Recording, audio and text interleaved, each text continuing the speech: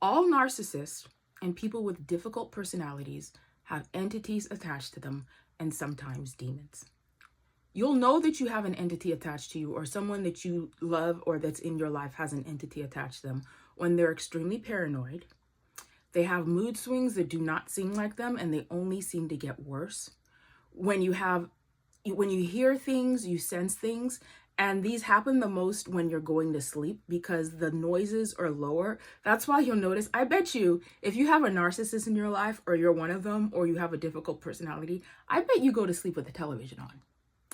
And what you're subconsciously trying to do is block out the noise, because you know when they sleep, you might not consciously be aware of it, but you know when they sleep, when you're sleeping or you're about to go to sleep and your brain is less noisy, that the presence around you, the ghosts around you, the entities around you, the demons around you, they get really loud at that point. So you'll know, this is how you'll know that you have an entity attachment to you. Now, why would someone want an entity attached to them? To be human is a very special thing. We can feel joy, we can feel happiness, we can express love in ways that other beings, demons, and interplanetary beings can't.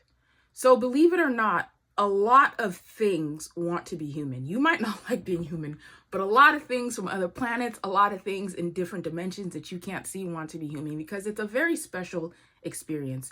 We can communicate with other beings in a different, more special way. We can see things in a different, special way, and we can feel things in a different, special way. I don't know if I already said that, but so that's why an entity would want to attach to you. It's basically like being in a car, a very expensive car, and you're renting it and someone doesn't know you're renting it, or you just basically stole a car and you're driving it. That's what the human body and the human spirit, it's like. It's like a car.